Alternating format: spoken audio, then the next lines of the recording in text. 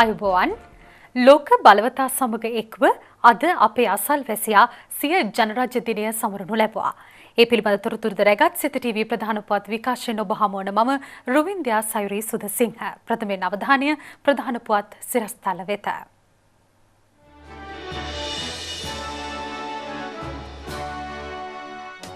වසර 6ක ජනපති දුහුර කාලය වසර 5ක් දක්වා අඩු කළ බව ජනපති කියයි. ජවිපේ සහ හිටපු නියෝජ්‍ය පොලිස්පති වාස්ගේ බිරිඳ අල්ලස් කොමිසමට. අධ්‍යාපන ශාස්ත්‍රයේ වෙනස්කම් රැසක්. ඉන්දියාව 66 වන නිදහස අභිමානවත්ව සමරයි.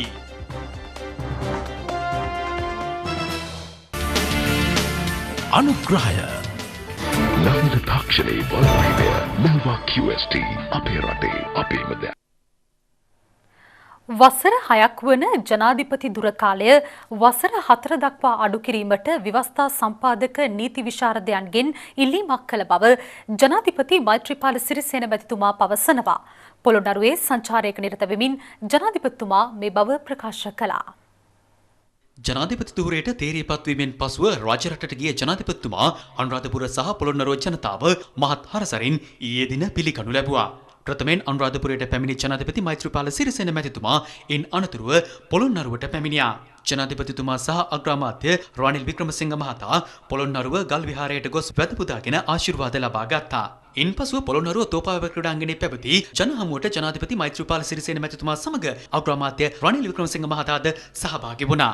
ඉන් අනතුරුව ඊයේ සන්ධ්‍යාවේ හිඟුරක්ගොඩ ඩඩ්ලි සේනානායක ක්‍රීඩාංගණයේ පැවති ජන්වැලියටද ජනාධිපති මෛත්‍රීපාල සිරිසේන මැතිතුමා සහභාගී වුණේ ජනතාවගේ උණුසුම් පිළිගැනීම මැදයි. මම වැඩි ඡන්ද 4,50,000කින් විතර ජයග්‍රහණය කෙරුවේ. මීට පෙර ජනාධිපතිවරණවලදී තිබුණු බලයේ සිටි රජයේ ක්‍රියා කළ ආකාරයට පසුගිය ජනාධිපතිවරණයේදී රජයේ ක්‍රියා කළා නම් මම වැඩි ඡන්ද 20,000ක්වත් ගන්නවා මම දන්නවා.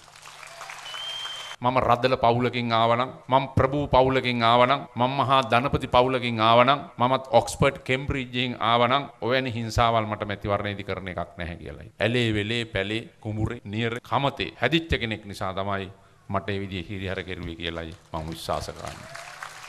අපි හැදුවේ පුංචි මිනිස්සුන්ගේ ආණ්ඩුවක්. ශ්‍රී ලංකා නිදහස් පක්ෂයේ සභාපති ධූරයේ බාරගත්තට පස්සේ ලෝකේ රාජ්‍ය නායකින් ගණනාවක් කතා කළා. මට කිව්වා මෙවැනි පූර්වාදර්ශයක් ලෝකේ කොහෙවත් නැහැ. මේක ලෝකේ කිසි රටක සිද්ධ වෙලා නැහැ. ඒක නිසා අපිත් ඉගෙන ගන්නවා ඔබතුමාලගෙන් මේ සිදුවීම් එක්ක කොහොමද ප්‍රධාන දේශපාලන පක්ෂයකට එකතු වෙලා රටක් ගෙනියන්නේ කියලා හිතන් කියලා. මේ රටේ ආණ්ඩුක්‍රම ව්‍යවස්ථාව තුල විධායක ජනාධිපතිවරයාට මොනතරම් අසීමිත බලතල තිබුණාද? පාර්ලිමේන්තුවේ බලය නැතුව අඩියක්වත් ඉස්සරහට යන්න පුළුවන් කමක් නැහැ. ශ්‍රී ලංකා නිදහස් පක්ෂයේ ඉන්නවා පාර්ලිමේන්තු මන්ත්‍රීවරු 127ක්. ඒ 127 සහයෝගය නැතුව අපි ජනතාවට දුන්නු පළවෙනි පොරොන්දුව ඉෂ්ට කරන්න බෑ. ආණ්ඩුක්‍රම ව්‍යවස්ථාව සංශෝධනය කරන්නේ. අපි ජනතාවට දුන්න දින 100 වැඩපිළිවෙල ක්‍රියාත්මක කරන්න බෑ. එක්සත් ජාතික පක්ෂය මා විශාල කැපවීමක් කෙරුවා. මාව පොදු අපේක්ෂකයා විදියට තෝරගෙන අනික් සහෝදර පක්ෂත් එක්ක. ශ්‍රී ලංකා නිදහස් පක්ෂය තමන්ගේ අපේක්ෂකයාට විරුද්ධව තරඟ කරලා ජයග්‍රහණය කරපු අපේක්ෂකයා තමන්ගේ පක්ෂයේ සභාපතිවරයා විදියට පත් කරගන්නවා. මේක හරි සංකීර්ණයි. මේක සරල කාරණයක් නෙවෙයි. මේකෙදි කිසි කෙනෙක් සැකයක් හිතන්න උවමනාවක් නැහැ. කිසි කෙනෙක් කලබල වෙන්න උවමනාවක් නැහැ. මේ අලුත් දේශපාලන සංස්කෘතියක් හදන්න ගන්න උත්සාහය පොළොන්නරු දිස්ත්‍රික්කයේ පසුගිය මැතිවරණයේදී මාව පරාජය කරන්න වැඩ කරපු, මට විරුද්ධව වැඩ කරපු පාර්ලිමේන්තු පළාත් සභා ප්‍රාදේශ සභා ගමේ ඉන්න අවසාන ශ්‍රී ලංකා නිදහස් පාක්ෂිකයා දක්වා ඒ සියලු දෙනාට මම සහෝදරත්වයේ දෑත් දිගු කරනවා මාත් එක්ක එකතු වෙන්නයි කියලා හිතනවා. රජරටින් බිහි වෙච්ච රාජ්‍ය නායකයා වූ ඔබ පත් කරගත් මම දුටු ගැමුණු නෙවෙයි. මම දේවානම් පීතිස්ස නෙවෙයි. මම ධාතුසේන රජුරුව නෙවෙයි. මම මහ විජයබා රජුරුව නෙවෙයි. මම මහා පරාක්‍රමබාහු රජුරුව නෙවෙයි. මම සැබෑ ලෙසම ප්‍රජාතන්ත්‍රවාදී රටක් වූ අපේ උතුම් මාතෘ භූමියේ ඔබේ ප්‍රධාන මහජන සේවකයා කියන එක ඉතාම පැහැදිලිව මම ඔබට කියනවා. මේ අතර අද පෙරවරුවේ පොළොන්නරුව දිස්ත්‍රික් රාජ්‍ය සේවකයන් විසින් ජනාධිපතිතුමා පිළිගැනීමේ උත්සවයක් තෝපාවැව ක්‍රීඩාංගණයේදී සංවිධානය කර තිබුණා. ඊට සහභාගී වෙමින් ජනාධිපති මෛත්‍රීපාල සිරිසේන මැතිතුමා අවධාරණය කර සිටියේ තමුන්ගේ ඉල්ලීම පරිදි ජනාධිපති දුහුර කාලය අවුරුදු 6 සිට 5ක් දක්වා අඩු කිරීමට තීරණය කර ඇති බවයි. මේ දිනවල ව්‍යවස්ථා සංශෝධනය පිළිබඳව ව්‍යවස්ථා විශේෂඥයින්ගේ කමිටුව රැස් වෙලා කටයුතු මේ දිනවල කරගෙන යන්නේ. මම පෙරේදා ඒ සාකච්ඡාවට සහභාගී වෙලා කිව්වා මගේ නිල කාලේ තියෙන අවුරුදු 6ක් මේක අවුරුදු 4ක් කරමුයි කියලා හිතන්. නමුත් ව්‍යවස්ථා විශේෂඥ කමිටුව සහ අපේ රැස්වෙච්ච දේශපාලන නායකත්ව මණ්ඩලය 4 කිව්වහම ඒකට කැමති වෙන්නේ අවුරුදු 4කට සැරයක් මැතිවරණයකට යෑම රටට හොඳ නැහැ කියලා හිතන් මගේ දැඩි ඉල්ලීම උඩ 6 5 කරන්න ඒගොල්ල කැමති වුණා. ඒ නිසා දැන් 6න් එකක් ඉවත් කරලා දිවෙනවා. 6ක් බලේ නොසිට 5න් ගෙදර යන්න. ඒක මගේ ප්‍රතිපත්තිය. විශේෂයෙන්ම දකුණු අප්‍රිකාවේ නෙල්සන් මැන්ඩෙලා මැතිතුමා අවුරුදු 27ක් හිරගෙදර ඉඳලා හිරබත් කාලා අවිල් ආණ්ඩුවක් පිහිටවලා අවුරුදු 4යි බලේ හිටියේ. ඒ අවුරුදු 4ට රට අවශ්‍ය ප්‍රතිසංස්කරණ රාශියක් කළා. කළා අවුරුදු 4න් එතුමා බලයෙන් ගියා. ඒ ආදර්ශයන් අපි ගත යුතු වෙනවා. මේ අතර අද පෙරවරුවේ වකුගඩු රෝගීන්ට රුපියල් 3000ක ආධාර මුදලක් ලබා දෙන බවට රජය ලබා දුන් පොරොන්දුව අනුව එම වැඩපිළිවෙල සක්‍රියව ක්‍රියාවට නංවමින් අද පෙරවරුවේ පොළොන්නරුව බුද්ධි මණ්ඩපයේ පැවති සමාරම්භක උත්සවයේද ජනාධිපති මෛත්‍රීපාල සිරිසේන මැතිතුමා සහභාගී වුණා. එෙහිදී ජනාධිපතිතුමා අවධාරණය කළේ වකුගඩු රෝගීන්ට ප්‍රතිකාර කිරීමට අවශ්‍ය සෑම පහසුකමක්ම ලබා දීමට මෙන්ම වකුගඩු රෝගය වැළැක්වීමට රාජ්‍යයක් ලෙස ගත හැකි සෑම පියවරක්ම ගන්නා බවයි. අපගේ අසල්වැසි රටවන ඉන්දියාවේ 66 වන ජනරජ දිනය අදට යෙදී තිබෙනවා. සමස්ත ඉන්දියාව පුරාම අද මේ දිනය මහත් උත්සවශ්‍රීයෙන් පැවැත්වුණා. එහි ජාතික උත්සවය නවදිල්ලි නුවරදී ජනාධිපති ප්‍රණබ් මුඛර්ජී හා අග්‍රාමාත්‍ය නරේන්ද්‍ර මෝදිගේ ප්‍රධානත්වයෙන් පැවැත්වුණු අතර ප්‍රධාන ආරාධිත අමුත්තා ලෙස ලෝක බලවතා එක්ව සිටීම විශේෂත්වයක්. 1935 වසරේ සකස් කරන ලද ව්‍යවස්ථාව වෙනුවට නව ව්‍යවස්ථාවක් ක්‍රියාත්මක කිරීමේ දිනය සිය ජනරජ දිනය ලෙසට ඉන්දියාව සලකනවා. ඒ අනුව මෙම දිනේ යෙදී තිබෙන්නේ 1950 වසරේ ජනවාරි 26 වෙනිදාටයි. සිය නිදහස් දිනය සේම ජනරජ දිනයත් ඉන්දියාව මහත් ප්‍රෞಢත්වයෙන් යුතුව සමරනවා. ජනගහනයෙන් ලොව දෙවන රාජ්‍ය වන ඉන්දියාව දෙවැනි වන්නේ චීනයට පමණයි. මේ වන විට එරට ජනගහනය බිලියන 1.2 ඉක්මවනවා. ලෝකයේ රටවල් අතරින් භූමි ප්‍රමාණය සසඳන විට 7 වන විශාලතම රාජ්‍ය වන ඉන්දියාව ලෝකයේ විශාලතම ප්‍රජාතන්ත්‍රවාදී රාජ්‍යයි. බහු සංස්කෘතික රටක් වන ඉන්දියාව බුද්ධාගම, ජෛන, ශීක්, ඉස්ලාමීය, ක්‍රිස්තියානි ඇතුළු විවිධ ආගම් අදහන භාෂා 110ක් කතා කරන ජන වර්ග වලින් සැතුම්ලත් රාජ්‍යයක්. මේ නිසා ඈත අතීතයේ පටන් ඉන්දියාව හා ශ්‍රී ලංකාව අතර ආගමික, සංස්කෘතික හා දේශපාලනික වශයෙන් සමතතා රසක් පවතිනවා. අදට යෙදී තිබෙන ජනරජ දිනයේ ජාතික සැමරුම් උත්සවය සුපුරුදු පරිදි පැවැත්වුණේ නවදිල්ලි අගනුවරදී. මෙවර උත්සවයේ අති සුවිශේෂී සිදුවීම වූයේ ප්‍රධාන ආරාධිතයා ලෙස අමරිකානු ජනාධිපති බරක් ඔබාමා සහභාගී වී සිටීමයි. ජනාධිපතිවරයාගේ සපමිනීම නිසාම නවදිල්ලි නුවර පුරා අද විශේෂ ආරක්ෂාවක් යොදවා තිබූ අතර රාජපත්වලට ඉහළ අහසේ ගුවන් ගමන් තහනම් කලාපයක්ද නම් කර තිබුණා. රාජ්‍යපති ආරක්ෂාව සඳහා 50,000කට අධික ඉන්දිය බට පිරිසක් යොදවා තිබූ අතර අමරිකානු බුද්ධි අංශ සමාජිකයින් 500ක්ද ජනාධිපති ඔබාමාගේ ආරක්ෂාව සඳහා රාජපත් හිර වැඳී සිටියා. නොකඩවා ඇදහැල්ලුණු දැඩි වර්ෂාපතනය හමුවේ වුවත් උදෑසන 9:30ට පමණ උත්සව සභාව සඳහා ප්‍රභූන්ගේ සපමිනීම සිදු වුණා. ඊට අති විශාල ජනතාවක් එක්ව සිටීමද විශේෂත්වයක්. ඒ අනුව 66 වන ජනරජ දින සැමරුම ආරම්භමින් අග්‍රාමාත්‍ය නරේන්ද්‍ර මෝදි පළමුව රට වෙනුවෙන් දිවිපිදු රණවිරුවන් උදෙසා රාජපත්හි පිහිටි රණවිරු ස්මාරකයට පුෂ්පෝපහාර දක්වනු ලැබුවා. ඉන්පසුව මෙම උත්සවයේ විශේෂිත ආරාධිතමුත්තා වූ අමරිකානු ජනාධිපති බරක් ඔබාමා සහ බිරිඳ මිෂෙල් ඔබාමා උත්සව සභාවට පැමිණි අතර අග්‍රාමාත්‍ය නරේන්ද්‍ර මෝදි විසින් ඔවුන් මහත් ආදරයෙන් පිළිගනු ලැබුවා. ඉන්පසුව 66 වන ඉන්දිය ජනරජ දිනයේ ආරම්භය සනිටුහන් කරමින් අශ්වාරෝහක පෙරහැරක් මැදේ ජනාධිපති ප්‍රණබ් මුඛර්ජී උත්සව සභාව වෙත සැපැමිණියා. ජනාධිපතිවරයාගේ සම්ප්‍රාප්තියත් සමගම උත්සව සභාවේ වැඩ කටයුතු මෙලෙස ආරම්භ වුණා.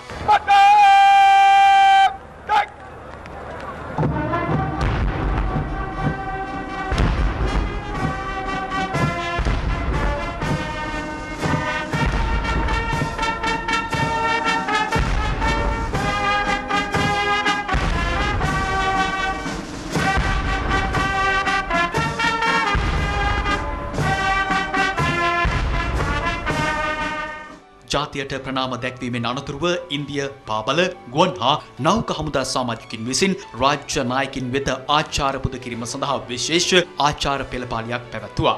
ඒ සඳහා ඉන්දිය හමුදාව සතු අති නවීන විශේෂ වර්ගයේ යුද ටැංකි, අභි ආයුධ මෙන්ම මිසයිල් හා චන්ද්‍රිකා පද්ධතීන්ද භාවිතා කර තිබීම විශේෂත්වයක්. ඉන්දිය ගුවන් හමුදාවට අයත් යුද ගුවන් යානාද ඉහළ අහසේ සිට ජනරජ දින ආචාර පෙළපාලිය විචිත්‍රවත් කළා. එසේම මෙවර ජනරජ දින ආචාර පෙළපාලිය සඳහා ඉන්දියාවේ සාම්ප්‍රදායික මෙන්ම සංස්කෘතිකාංග රැසක් එක්කර තිබීමත් කැපී පෙනුණා.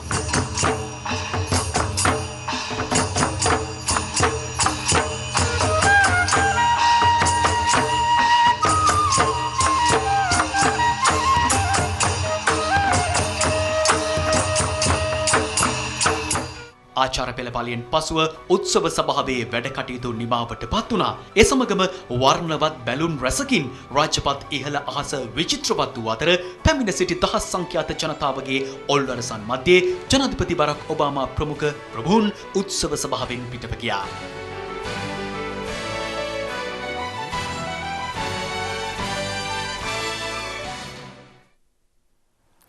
මේ අතර 66 වන ඉන්දිය ජනරජ දිනය වෙනුවෙන් අද මෙරට පිහිටි ඉන්දිය මහකොමසාරිස් නිල නිවසේදී විශේෂ උත්සවයක් පැවැත්වුණා.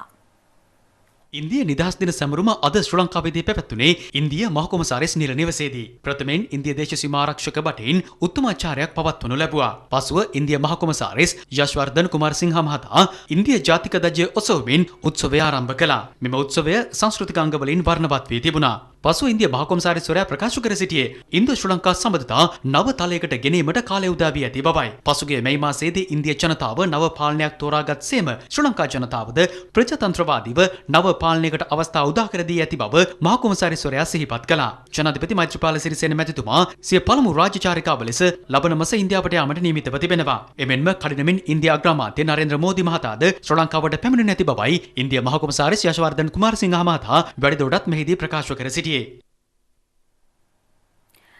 ජනතා විමුක්ති පෙරමුණ අද පසුරුවේ අල්ලස්සෝ දූෂණ විමර්ශන කොමිෂන් සභාව වෙත කැඳවා තිබුණා.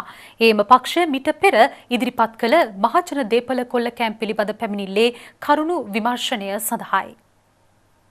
ඉකුත් 13 වෙනිදා ජනතා විමුක්ති පෙරමුණ විසින් අල්ලස්සෝ දූෂණ විමර්ශන කොමිෂන් සභාව ඉදිරියේ 12 දෙනෙකුට විරුද්ධව මහජන දේපල කොල්ල කෑම් පිළිබඳ පැමිණිල්ලක් ඉදිරිපත් කළා. ඒ කරුණු විමර්ශනය කිරීම සඳහා ජනතා විමුක්ති පෙරමුණු ප්‍රචාරක ලේකම් විජිත හේරත් මහතා ඇතුළු නීතිඥ කණ්ඩායමක් එම කොමිෂන් සභා කාර්යාලයට අද පැමිණියා. කොමිසම ඉදිරියේ කරුණු දැක්වීමෙන් අනතුරුව මාධ්‍ය වෙත අදහස් දැක්වූ ජනතා විමුක්ති පෙරමුණේ ප්‍රචාරක ලේකම් පාර්ලිමේන්තු මන්ත්‍රී විජිත හේරත් මහතා පහුගිය ජනවාරි 13 වෙනිදා හිටපු ජනාධිපති මහින්ද රාජපක්ෂ මහතා ඇතුළු 12 දෙනෙකුට විරුද්ධව අල්ලස්සෝ දූෂණ කොමිසමට අපි පැමිණිල්ලක් ඉදිරිපත් කරා. අපි ඉදිරිපත් කරන ලද චෝදනා පිළිබඳව වැඩිදුරටත් කරුණු තියනවාද කියලා විමර්ශනය කරන්න අද අපව කැඳවනු ලැබුවා. නමුත් අපි ඉදිරිපත් කරපු ඒ චෝදනාවලට අදාළව අල්ලස් කොමිසමෙන් කරන ලද පරීක්ෂණ පිළිබඳව විශ්වාසය පිළිබඳව අපිට ප්‍රශ්නයක් තියෙනවා. ඒ නිසා අපි අල්ලස් කොමිසමට කිව්වා අපි විසින් ඉදිරිපත් කරන ලද චෝදනාවලට අදාළව ඔවුන්ගේ පාර්ශවයෙන් කරන ලද පරීක්ෂණවල ප්‍රතිඵල අප වෙත දැනුම් දෙන්න කියලා. අපි අල්ලස් කොමිසමට කිව්වා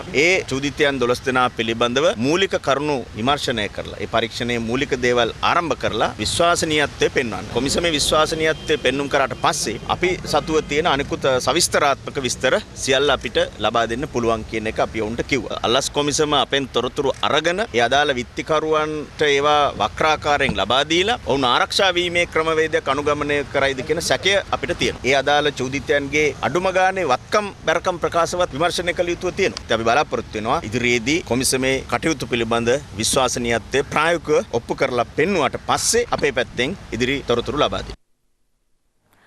අත්අඩංගුවේ පසුවන හිටපු නියෝජ්‍ය පොලිස්පති වස් ගුණවර්ධන මහතාගේ බිරිඳ හිටපු ජනාධිපති ආර්යා ශිරන්ති රාජපක්ෂ මහත්මියට එරෙහිව අල්ලස්සෝ දූෂණ චෝදනා විමර්ශන කොමිසමට අද පැමිණිල්ලක් ඉදිරිපත් කළා.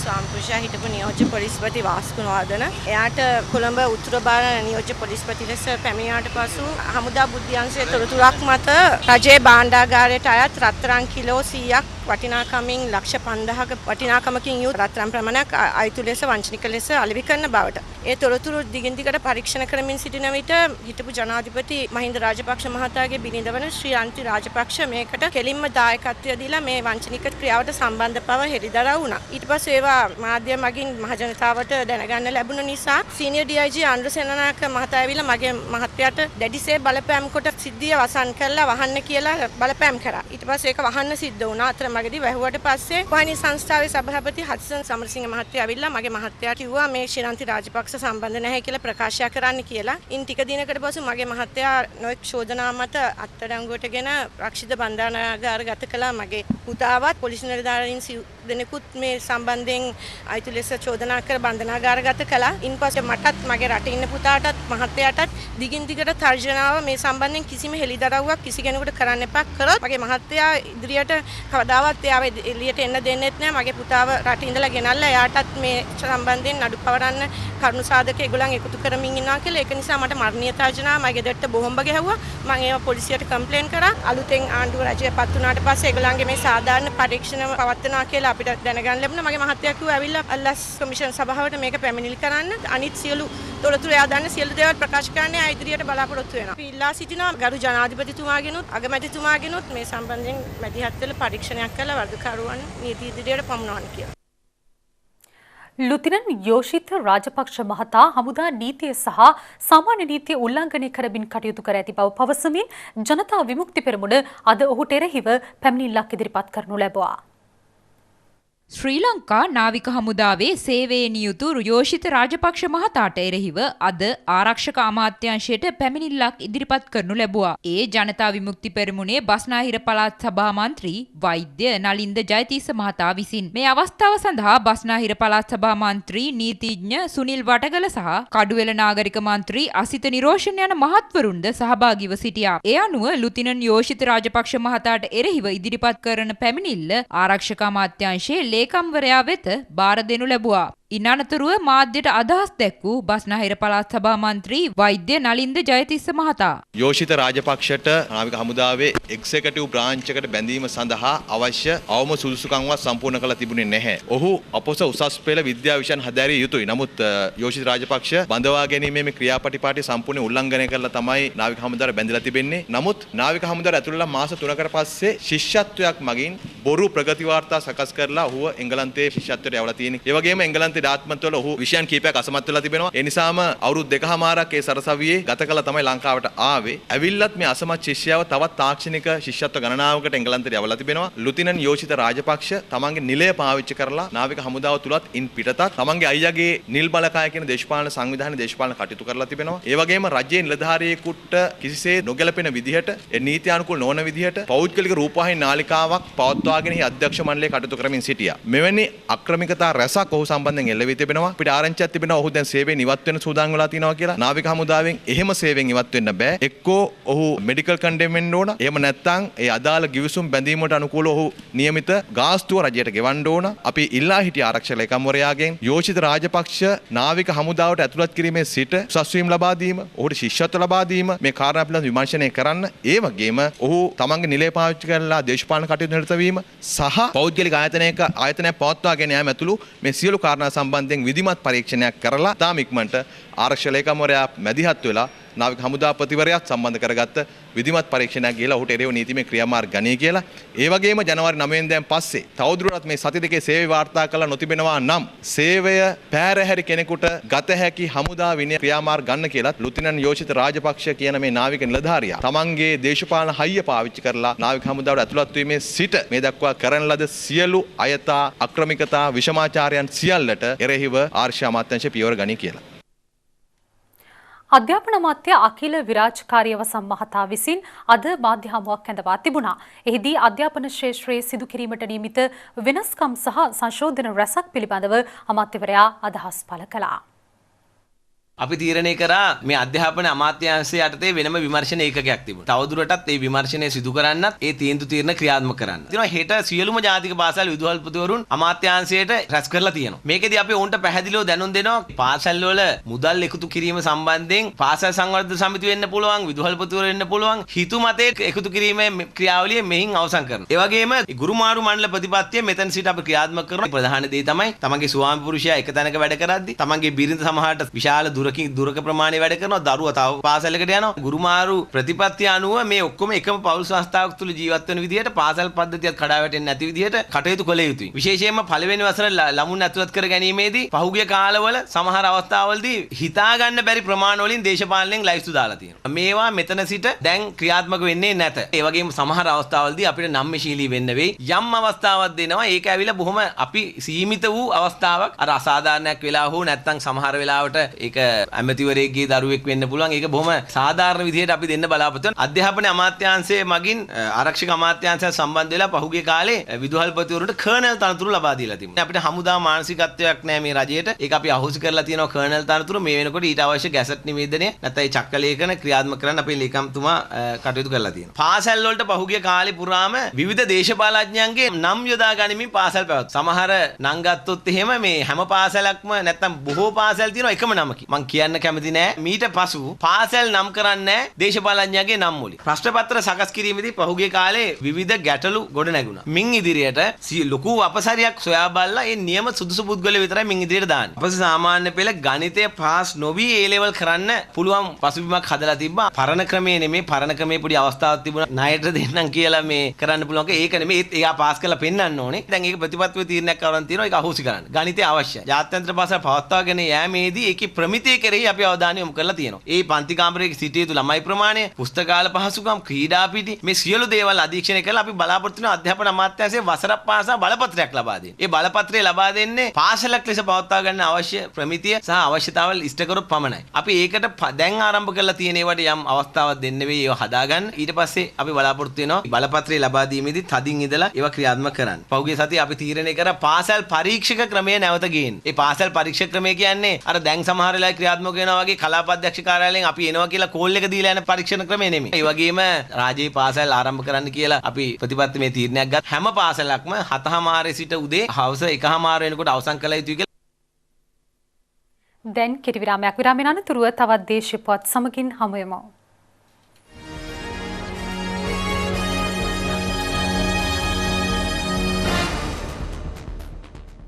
ඔබ යලිත් සිත ටීවී ප්‍රධාන පුවත් විකාශය සමගින් අධිකරණ පද්ධතියේ ගරුත්වය ආරක්ෂා වන පරිදි අගවිනිසුරුවරයා ක්‍රියා කිරීම තම සංගමය අපේක්ෂා කරන බව ශ්‍රී ලංකා අධිකරණ සේවා සංගමය නිවේදනයක් නිකුත් කරමින් සඳහන් කරනවා. එම සංගමේ ලේකම් රංග දිසානායක මහතාගේ අත්සනින් යුතුව නිකුත් කර ඇති එම නිවේදනයේ සඳහන් වන්නේ ජනාධිපතිවරණ ප්‍රතිඵල නිකුත් වන අවස්ථාවේ අගවිනිසුරු මොහාන් පිරිස් මහතා අරලියගහ මන්දිරයේ රැඳී සිටීම අනුමත කළ නොහැකි බවයි. අධිකරණ සේවා සංගමේ විධායක කමිටුව ඉකුත් සෙනසුරාදා රැස්වීමෙන් අනතුරුව ලැබී ඒකමතික තීරණයන් ප්‍රකාශයට පත් කිරීම වෙනුවෙන් මෙම නිවේදනය නිකුත් කර තිබුණා. එහි දැක්වෙන්නේ 2015 ජනවාරි 8 වෙනිදා පැවති මැතිවරණයේදී හිටපු ජනාධිපතිවරයා සමග අරලියගහ මන්දිරයේදී අගවිනිසුරුවරයා සාකච්ඡාවක් පැවැත්වූ බවට වන චෝදනාව පිළිබඳව අපරාධ පරීක්ෂණ දෙපාර්තමේන්තුව සිදු කරනු ලබන පරීක්ෂණය සම්බන්ධයෙන් සිය සංගමය දැඩි අවධානයෙන් පසුවන බවයි. එසේම අගවිනිසුරුවරයා එම අවස්ථාවේ අරලිය ගහ මන්දිරයේදී කුමන්ත්‍රණයකට හවුල් වූ බවට එල්ලවන චෝදනාවන්ට අනුව ඔහු අපරාධයකට සූදානම් වීම වික්ෂිප්ත භාවයට කරුණක් බවද අධිකරණ සේවා සංගමය පවසනවා. එම සංගමය මෙම නිවේදනයෙන් අවධාරණය කර සිටින්නේ අධිකරණ පද්ධතිය පවත්වාගෙන යාම සඳහා දේශපාලනික තීන්දුව වෙත බද්ධ නොවී අපක්ෂපාතීව විනිසුරුවන් රාජකාරිය ඉටු කිරීමේ වැදගත්කමයි. එම නිසා අධිකරණ පද්ධතියේ ගරුත්වය ආරක්ෂා වන පරිදි අගවිනිසුරුවරයා ක්‍රියා කරනු ඇතැයි යන්න ශ්‍රී ලංකා අධිකරණ සේවා සංගමේ අපේක්ෂාව වන බව එම නිවේදනයේ වැඩිදුරටත් සඳහන්. ශ්‍රී ලංකාවේ 67 වන නිදහස් දින උත්සවයේ සංවිධාන කටයුතු පිළිබඳව මාධ්‍ය දැනුවත් කිරීම සඳහා අද විශේෂ ප්‍රවෘත්ති සාකච්ඡාවක් ඇඳවා තිබුණා. ඒ රජයේ ප්‍රවෘත්ති දෙපාර්තමේන්තුවේදී 67 වෙනි නිදහස් සමරු උළෙල පවත්වන්නේ පාර්ලිමේන්තුව ඉස්සරහා තියෙන ග්‍රවුන්ඩ් එක ප්‍රයෝජනට අරගෙන. තාමත්ම චාම් ඒ වගේම ගාම්භීර නිදහස් උළෙලක් අපි පවත්වන්නේ. අපි තේමාව කරගෙන තියෙන්නේ පිරිපුන් මව්බිමක් අභිමන් හෙට දිනය. අපි මෙහිදී විශේෂයෙන්ම නිදහස් චතුරස්‍රයේ පිහිටි මහමාන්‍ය ඩී.එස්. සේනානායක මැතිතුමාගේ පිළිතුරු අභියස පුෂ්පෝපහාර දැක්වීම 2015 පෙබරවාරි 4 වෙනිදා පෙරවරු 7:30ට කරු ජයසූරිය මැතිතුමාගේ සහභාගීත්වයෙන් සිදු කරනවා. ඒ වගේම මහමාන්‍ය ඩී.එස්. සේනානායක පිළිතුරු අභියස ඇති කොඩි කණු ජාතික කොඩි හා පළාත් කොඩි වලින් සරසා දැමීමට කටයුතු කරනවා. ආචාර්ය පෙරපාලිය ශ්‍රී ලංකා යුද හමුදාව, ශ්‍රී ලංකා නාවික හමුදාව, ශ්‍රී ලංකා ගුවන් හමුදාව, ශ්‍රී ලංකා පොලිසිය, ශ්‍රී ආරක්ෂක බලකාය මේ ආචාර්ය පෙරපාලියේ 5922ක් විතර සහභාගී වෙනවා. සංස්කෘතික සංදර්ශනයේ පෙරපාලිය නර්තන ශිල්පීන් 600 දෙනෙකුගේ සහභාගීත්වයෙන් පවත්වනවා. ප්‍රධාන උත්සවයේ සමගාමීව ප්‍රාදේශීය වශයෙන් නිදහස් සමර උත්සව සංවිධානය කෙරෙනවා. ඊට අමතරව පෙබරවාරි මාසයේ 3 වෙනිදා 4 වෙනිදා දෙදින රජයේ ගොඩනැගිලිවල තමුන්ගේ නිවෙස්වල පාසල්වල මේ ජාතික කොඩිය ඔසවා තබන්න. අපි විශේෂයෙන්ම පාසල් වලට දැනුම් දීලා තියෙනවා. ඒ දරුවන් පාසල් මට්ටමේදී නිදහස් උත්සවය සැමරීමට අවශ්‍ය කටයුතු සංවිධානය කරන්න කියලා. විශේෂයෙන්ම පාර්ලිමේන්තු ක්‍රීඩාංගණයේ ආශ්‍රිතව 2015යි 1/27 වෙනි දින පාර්ලිමේන්තු පාර වටනවුම් පාර කොබ්බෑගඩුව මාවත පෙරවරු 8:45 සිට පෙරවරු 10 දක්වා වසා තැබෙනවා. ජපාන් මිත්‍රත්ව පාර පෙරවරු 7 සිට පෙරවරු 10 දක්වා වසා තැබෙනවා. විකල්ප මාර්ගයන් කොබ්බෑගඩුව මාවත භාවිතා කරන්න සඳහා තලංගම හරහා බත්තරමුල්ල මාර්ගයේ භාවිතා කරන්න පුළුවන්. ජපාන් මිත්‍රත්ව පාර භාවිතා කරන්න සඳහා බත්තරමුල්ල තලවතුකොට හරහා කෝට්ටේ පාර භාවිතා කරන්න පුළුවන්. දවසේ පුවත්පත් විපරම දැන්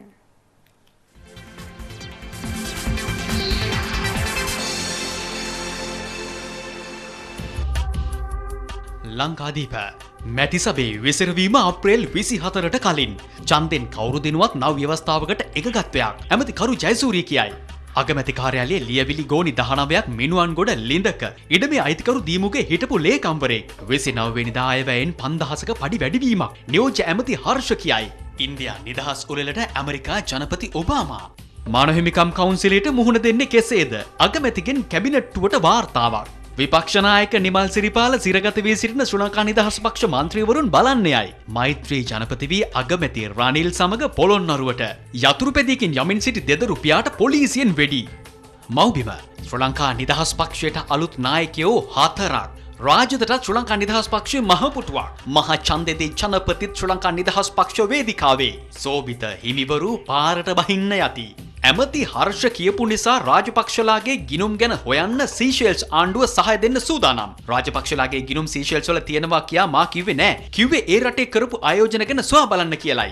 මහල් 22කින් දැරියක් බිමට වැටෙයි. තානාපතිවරුන් 27ක් වහම ගෙන්වයි.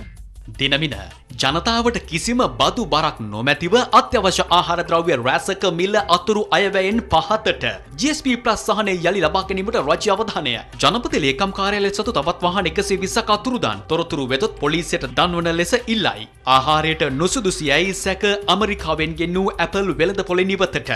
දිනසියේ වැඩසටහන පොරොන්දු ලෙස ඉටු කරනවා. ජනපති මෛත්‍රීපාල සිරිසේන පොළොන්නරුවේදී කියයි. ජ්‍යෙෂ්ඨ පොලිස් නිලධාරීන් 6කට ස්ථාන මාරු.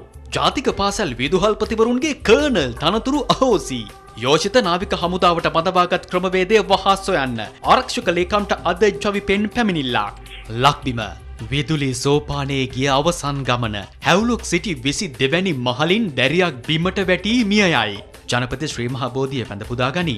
මැතිවරණ ප්‍රචණ්ඩ ක්‍රියා ශ්‍රී ලංකා නිදහස් පක්ෂ අනුමත කරන්නේ නැහැ. විපක්ෂ නායක නිමල් සිරිපාල්ද සිල්වා පිටකොට්ටේ තිබුණේ අබලි වාහනයි හිටපු ජනපති ලේකම්. නැන්දම්මාගේ මෝල් ගස් පහරින් බෑනා එතැනම. දිවයින රටින් පැන්න හොරුන් වහාගෙන් වයි. ජනපති අගමැති ගල් විහාරේ පසුගිය රාජ්‍ය සමයේ සිදු වූ ලිට්‍රෝ ගෑස් ගනුදෙනුවෙන් රාජ්‍යයට කෝටි 70ක පාඩුවක්. ඔබාමා යුවලට මෝදිගෙන් උණුසුම් පිළිගැනීමක්. තිදෙන කෙල්ලුම්ගස් තට්ටු නිවාසයේ 22 වෙනි මහලෙන් බිමට වැටි සිව් හැවිරි දැරිය මරුට. ශිෂ්‍යත්ව කඩයිම් ලකුණු මේ සතියේ එයි. ජනපතිවරණ දින කුමන්ත්‍රණයට සම්බන්ධ වූවන්ට නීති පියවර ගන්නවා ආරක්ෂක රාජ්‍ය ඇමති.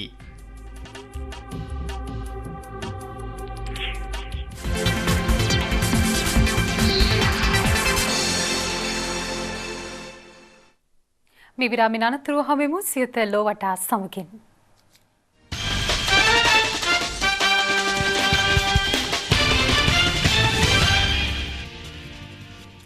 ග්‍රීසියට නව අග්‍රාමාත්‍යවරයෙක් තේරීපත් වුණා. ඒ පිළිබඳ තොරතුරුද සමගින් දැන් අවධානය තවත් ලෝවටා පුවත් කිහිපයක් වෙත.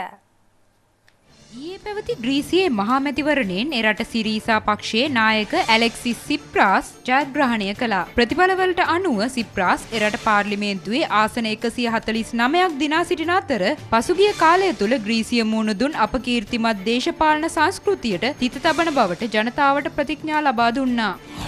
අමරිකාවේ නිව්යෝක් හා බොස්ටන් ඇතුළු තවත් ප්‍රදේශ රැසකට ප්‍රබල හිමපතනයක බලපෑම් එල්ල වී තිබෙනවා. ඒ අනුව ඇතැම් ප්‍රදේශවල සෙන්ටිමීටර් 90ක ඝනකමින් යුත් හිමතට්ටු පතිත වී ඇති අතර අයහපත් කාලගුණය හමුවේ ෆිලාඩෙල්ෆියා සිට මේන් දක්වා සිදු කෙරෙන ගුවන් ගමන් කටයුතු රැසක් අත්හිටුවීමට බලධාරීන් කටයුතු කර තිබෙනවා.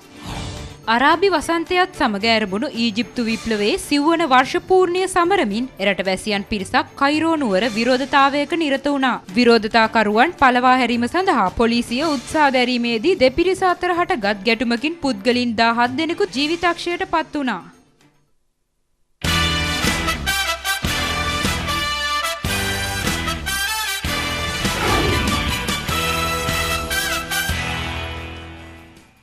ශ්‍රී ලංකා යුද හමුදාවේ නිලූකා ගීතානි රාජසේකර හොංකොං මැරතන් තරගයේ කාන්තාංශයේ 5 වන ස්ථානය දිනා ගැනීමට ඊයේ සමත් වුණා. ඒ තොරතුරුත් සමග ස්පෝර්ට්ස් රවුන්ඩ් අප් දැන්. ශ්‍රී ලංකා යුද හමුදාව නියෝජනය කරන නිලූකා ගීතානි රාජසේකර හොන්කන් මැරතන් තරගාවලියේ 5 වන ස්ථානය හිමි කරගත්තා. ඒ සඳහා පැය 2යි මිනිත්තු 40යි තප්පර 7ක කාලයක් වැය කළා. නිලූකා රාජසේකර දැක්වූ මෙම දක්ෂතාවය අනුව ඇය මැරතන් කාන්තායි සව්වේ ශ්‍රී ලංකා වාර්තාව බිඳ දැමීමට සමත් වුණා. මේ අතර ඔලිම්පික් සහ ලෝක ශූරතා මළල ක්‍රීඩා සඳහා අවශ්‍ය පරිසාධක මට්ටමද ඉක්මවා යාම විශේෂත්වයක්. පැය 2යි මිනිත්තු 47ක දක්ෂතාවයක් දක්වමින් මීට පෙර මැරතන් කාන්තායි සව්වේ ශ්‍රී ලංකා වාර්තාවට හිමිකම් කිව්වේද නිලූකා රාජසේකරයි. කාල්ටන් මිට් තුන්කොන් එක්දින තරගාවලියේ ඉන්දියාව සහ ඕස්ට්‍රේලියාව අතර අද පැවති තරගයට වර්ෂාවෙන් බාධා එල්ල වුණා. තරගයේ කාසියවාසිය දිනාගත් ඕස්ට්‍රේලියානු நாயකයා ප්‍රථමයෙන් පන්දුවට පහර දීමට ඉන්දියා කණ්ඩායමට ආරාධනා කළා. ඒ අනුව පිටියට පිවිසි අජන්කා රහන් සහ ශිකා දවාන් පළමු කඩුල්ල වෙනුවෙන් ගොඩනැගූ සබඳතාවයේ ලකුණු 24ක්. ශිකා දවාන් ලකුණු 8ක් සහ අජන්කා රහන් ලකුණු 23කට දැවී ගියා. වර්ෂාව නිසා තරගය නතර කරන විට ඉන්දියානු කණ්ඩායම පන්දුවාර 16ක් තුල කඩුළු දෙකක් දැවී ලකුණු 69ක් රැස් කරගෙන සිටිනවා. මෙම තුන්කොන් තරගාවලියේ මේ වන විට ප්‍රසාද ලකුණු සටහනේ පෙරමුණේ පසු වන්නේ ඕස්ට්‍රේලියානු කණ්ඩායමයි. ඔවුන් ප්‍රසාද ලකුණු 13ක් රැස් කරගෙන ප්‍රථම ස්ථානයේ පසු වන අතර දෙවන ස්ථානයේ පසු වන එංගලන්ත කණ්ඩායම ප්‍රසාද ලකුණු 5ක් ලබාගෙන සිටිනවා. ප්‍රසාද ලකුණු සටහනේ තුන්වන ස්ථානය ඉන්දියා කණ්ඩායමට හිමිව තිබෙනවා. මේ අතර සංචාරක බටහිර ඉන්දිය කොදෙව් කණ්ඩායම සහ දකුණු අප්‍රිකානු කණ්ඩායම අතර ඊයේ පැවති 4 වන එක්දින තරගයෙන් එක් කඩුල්ලක තියුණු ජයක් වාර්තා කිරීමට බටහිර ඉන්දිය කොදෙව් කණ්ඩායම සමත් වුණා. ප්‍රථමයෙන් පන්දුවට පහර දුන් දකුණු අප්‍රිකානු කණ්ඩායම නියමිත පන්දුවාර 50 අවසානයේ කඩුළු 8ක් දැවී ලකුණු 262ක් රැස් කළා. අනගේ ඉනීමක් ක්‍රීඩා කළ ඩේවිඩ් මිල නොදැවී ලකුණු 130ක් රැස් කළා. ඊට හතරේ පහර 11ක් සහ අයේ පහර 3ක් ඇතුළත් වුණා. ජෝසන් හෝල්ඩර් කඩුළු 4ක් දබා ගත්තා. අනතුරුව පිළිතුරු ඉනීම ක්‍රීඩා කළ බටහිර ඉන්දිය කොදෙව් කණ්ඩායම පන්දුවාර 48යි පන්දු 3ක් තුල කඩුළු 9ක් දැවී තරගයේ ජය වාර්තා කළා. කොදෙව් කණ්ඩායම ජයග්‍රහණය කරාගෙන ගිය මාලන් සැමුලර්ස් ලකුණු 68ක් සහ ඇන්ඩු රසල් නොදැවී ලකුණු 64ක් රැස් කළා. තරගයේ වීරයා ඇන්ඩු රසල්. ඒ සමගින් අද නියමිත සිත ටීවී ප්‍රධාන පුවත් විකාශය නිමවට පත්වනවා. හමුවෙමු හෙටත් රාත්‍රී 7:30ට. සුබ රාත්‍රියක්.